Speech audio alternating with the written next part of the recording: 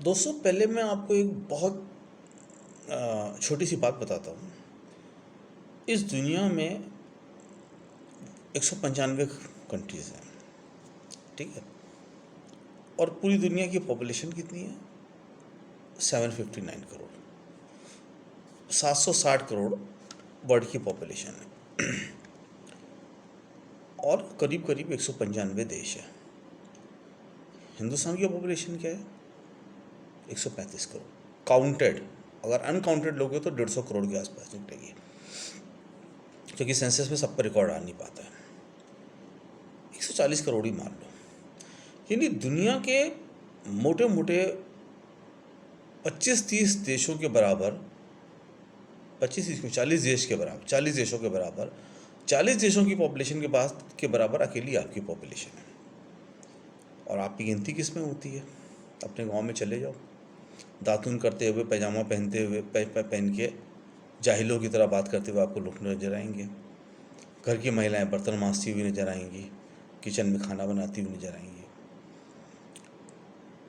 तो ये जो पहले तो ये तो भला हो कांग्रेस का, जिसने देश में 70 साल में इतनी तरक्की करके देश को आगे बढ़ा दिया, महिलाओं को किचन से निकाल के 5 स्टार ऑफिसों में पहुंचा दिया।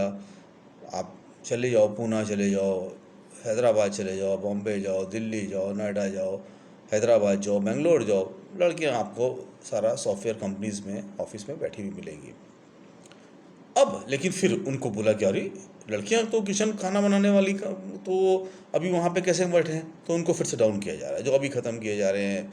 लोगों की मानसिकता देखो, मैंने बहुत सारे लोगों की मानसिकताएं, बड़े लोगों की, मतलब बड़े लोगों पोस्ट वाइज बड़े लोगों की, करेक्टर वाइज नहीं, नॉलेज वाइज नहीं, पोस्ट वाइज बड़े लोगों की सुनी है कि लड़कियां पढ़ लिखी हो जाती हैं तो वो उनमें गर्व आ जाता है। बड़ी ख़राब चीज़ है। और लड़कियों को, लेडीज़ को किचन तक ही रहना चाहिए। ये बहुत सारी ऐसी ऐसी बातें सुनने में आती है। और हिंदुस्तान का इतिहास कितना पुराना है? सतयुग, द्वापर, त्रेता, अभी कलयुग, कितने युग हैं और एक एक युग कितना बड़ा है। अब आप सोचो कि आप हिंदू हिंदू समाज, इतना पुराना समाज होके आज तक आपकी स्थिति क्या है। तो बेसिकली क्या आपकी गिनती किस में हुई? जंगलियों में। क्योंकि इतने समय में तो कोई भी समाज बहुत बड़ा बहुत विकसित हो चुका, बहुत विकसित हो चुका होगा, बहुत ज़्यादा। कोई सोच नहीं सकता इतना विकसित हो गया होगा। और ये हुआ क्यों? हुआ इसलिए कि जिन्होंने आपके समाज को जन्म दिया, जिसने आपके समाज को राह दिखाई, जिस वो लोग, जो ईश्वर के स्वरूप लोग आए आपको राह दिखाने के लिए कि कैसा आपको होना चाहिए, वो आप ऐसे नहीं बने। जय श्री राम बोलने वाले बहुत लोग सुने होंगे। 10% लोग जय श्री राम वो बोलते हैं जो भगवान को मानते हैं और उनके आदर्शों पर चलते हैं।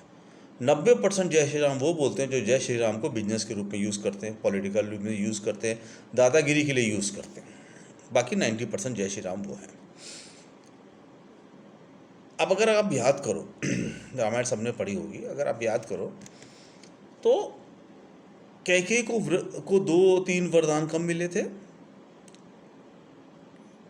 जो क्यों क्यों मिले थे? क्योंकि वो युद्ध में उनके साथ गई थी और उन्होंने वहाँ राजा जनक के, वो सॉरी, राजा दशरथ के प्राण बचाए थे। ठीक है। यानी उस समय लेडीज़ को इतनी वैल्यू दी जाती थी कि अगर उनमें कैपेबिलिटी है, कैपेबिलिटी क्या, किसी ने सिखाया ही होगा, बच्चे में जन्मजात थोड़ी ना होती, उसको सीखने को मिलता है, वो सिखा के और वो युद्ध तक उनके साथ गई, युद्ध में। तो कितनी बहादुर रही होंगी, काबिल रही होंगी। सिमिलरली अगर आप सबने रामायण भी देखी होगी, तो रामायण में भी देखिए महिलाओं की कितनी इज्जत थी। कैकेयी, सुमित्रा, कैकेयी, कितने लोगों की, सबकी मतलब बहुत इज्जत थी। और उनको राजा लोग भी सारे उनको डिसीजंस में उनको शामिल करते थे, उनको बताते थे। ये एक था, एक वो राह आपको दिखाई गई, जो आपके भगवान हुए, जो दूसरी दुनिया से आए, उन्होंने आपको राह दिखाई। उन्होंने राह ये दिखाई कि महिलाओं को बराबर और महिलाओं को पुरुष से ज़्यादा सम्मान देना चाहिए। वही समाज आगे बढ़ेगा जो अपने देश की महिलाओं को सम्मान देगा। बाकी आप रावण को देख लो, उसने अपनी घर की लेडीज की एक भी नहीं सुनी, जितने रावण थे किसी ने अपनी पत्नी की नहीं सुनी, किसी ने नहीं सुनी, और बुजुर्गों की भी नहीं सुनी। तो वो समाज कैसा हुआ वो भी आपने देखा कि पूरा अंत हो गया, पूरा उस व्यवस्था का ही अंत हो गया, राक्षसी व्यवस्था का। तो मैं सिर्फ आपसे एक चीज़ कहना चाहता हूँ, मुझे बहुत दुख लगता है जब मैंने पूरे हिंदुस्तान में ट्रेवल किया है, लगभग सारे स्टेट्स में ट्रेवल किया है, कुछ साउथ की को अगर छोड़ दो, केरला वगैरह को, तो देश के मोटे मोटे आप लगा लो कि 80% 85% भागों में महिलाओं की दूर भी आज भी वो, मतलब उनको आप इंसान का दर्जा नहीं दे सकते। वो घर के अंदर ही रहती हैं, घर के किचन के ही काम करती हैं, अपने घर के ही देखभाल करती हैं, उनको मौका नहीं मिला। अच्छा, ऐसा नहीं है, लोग कहेंगे हमने अपनी महिलाओं को पढ़ाया, तो पढ़ाया क्यों? उन्होंने सिर्फ इसलिए पढ़ाया ताकि शादी ब्याह में लोग पूछते थे कि लड़की पढ़ी लिखी होनी चाहिए।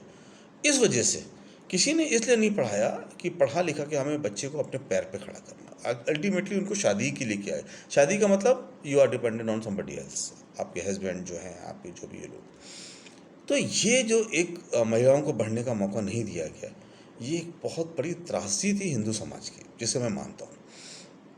देखिए, आप लोग बड़ी बड़ी बातें करने वाले, मैं सब जगह गया हूँ, मैं आश्रमों में भी गया हूँ, मैं ऑफिस में भी गया हूँ, मैं लगभग 8 कंट्रीज में जाके काम कर चुका हूँ। मैंने वहाँ के लोगों को भी देखा है। आप अफ्रीका जैसी कंट्री में चले जाओ तो भी महिलाओं की आपसे बहुत बेहतर स्थिति है वहाँ की महिलाओं की, आपके देश के हिसाब से। अफ्रीका जैसे मैं देश की बात कर रहा हूँ। बाकी जो अपर क्लास कंट्रीज़ हैं, यूरोपियन कंट्रीज़ वगैरह हैं, उनकी तो बात छोड़ ही दो आप। और क्यों आप 1000 साल तक गुलाम रहे? 700 साढ़े 700 तो मुगलों के, उसके बाद 200-300 साल तक अंग्रेज़ों के, और आज वतन के दुश्मनों के गुलाम हैं। तो गुलाम तो आप क्यों इतना रहे हैं? क्योंकि आप बड़ा अच्छी तरह से समझ लो, जिस देश में अपनी महिलाओं की इज्जत नहीं होगी वो देश कभी तरक्की कर नहीं कर सकता। आप पहले विकसित देशों में थे, अब आप अविकसित देशों में आ गए वापस। पे आप देख लो आपका डाउनफॉल कितना हो गया है वर्ल्ड की रेटिंग में, सब जगह पे आज की इकोनॉमी की आपकी क्या हालत है। तो आप तो फिर वापस पिछड़ के 1947 में पहुँच गए। मैं आज जो आपसे बात कर रहा हूँ वो इसलिए बात ये कर रहा हूँ, मैंने उन लोगों को देखा है जो पढ़े लिखे बहुत अच्छी गवर्नमेंट पोस्ट पे हैं, लेकिन वो डाउरी लेते हैं, हमने अपनी महिलाओं, हमारे देश की महिला जो लड़की बड़ी होती है, जब समझदार होती है, उसके मन में एक भय आ जाता है, बाहर निकलेंगे तो क्या होगा। क्योंकि हमारा जो पुरुष वर्ग है वो उसको प्रोटेक्ट नहीं करता है, उसको अपने पुरुष समाज से डर लगता है, 1। नंबर 2, उसके मन में हमेशा भय रहता है कि मैं तो लड़की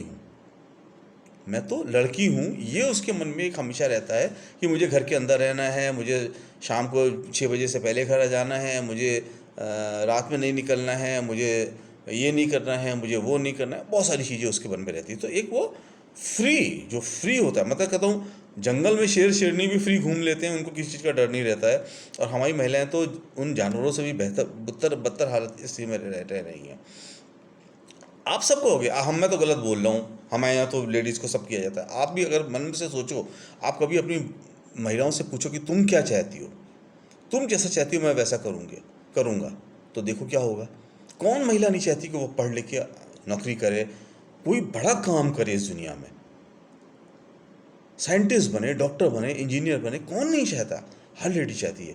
हर वो लेडी जिसको आपने मौका नहीं दिया, अब वो आईएएस रहे हो, पीसीएस रहे हो, डॉक्टर रहे हो, इंजीनियर रहे हो, कोई भी हो, आपने अगर अपने घर की महिलाओं को बराबरी का दर्जा देके उनको आगे नहीं बढ़ाया तो आप एक गुनहगार हो। आप एक इंसान की जीवन के गुनहगार हो। जिन्होंने किया वो तो वापस कर नहीं सकते। वो लोग जिनके पास आज मौका है करने के लिए कुछ, मेरी रिक्वेस्ट सिर्फ उनसे है, हिंदू समाज को बेहतर बनाओ।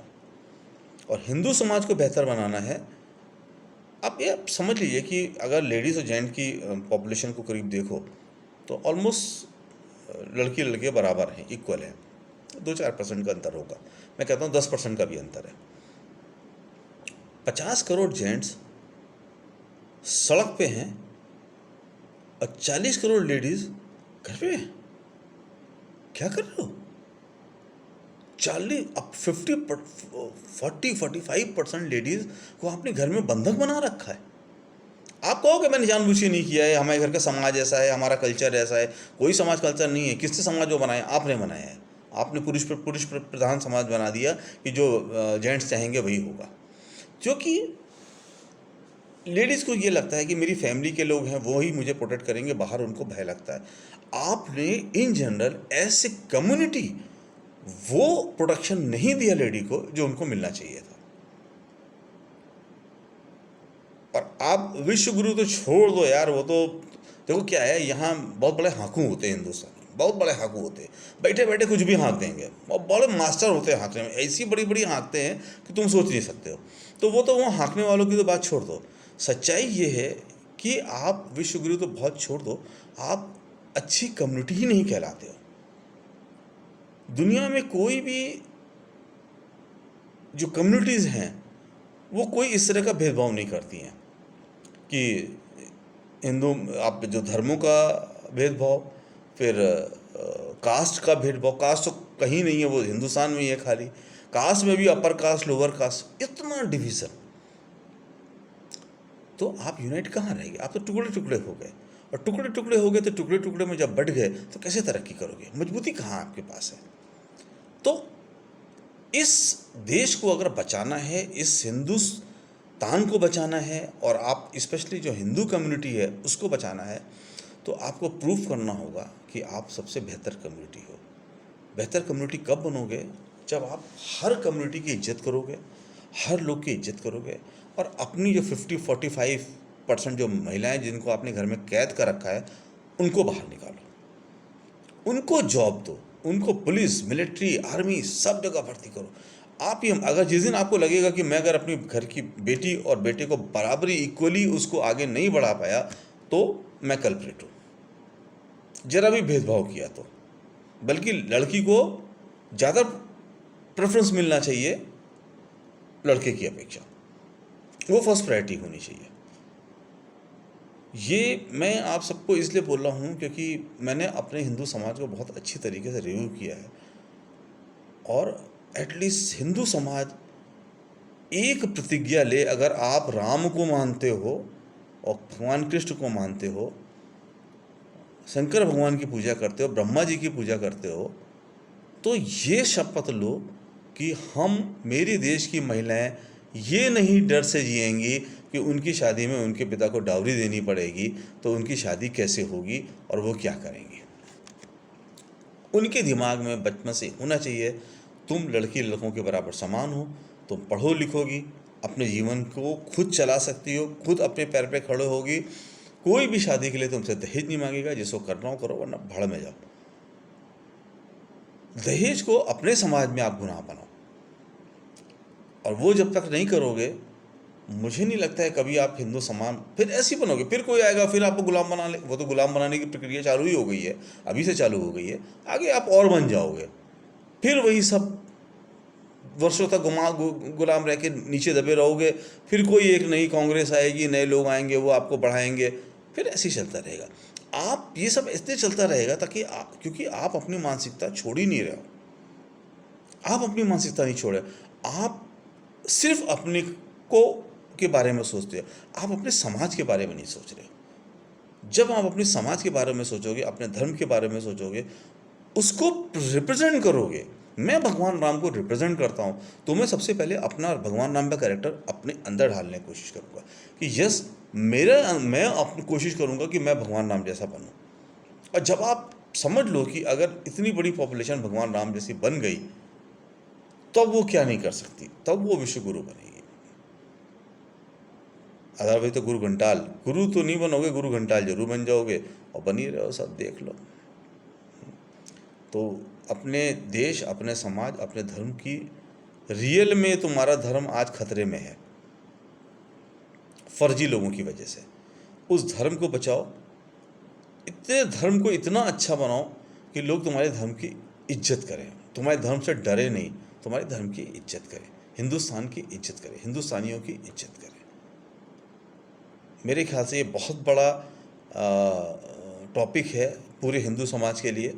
समझ सको तो उसको ठीक करो और हर आदमी उसमें बढ़ के सामने आओ। यही आपसे रिक्वेस्ट है।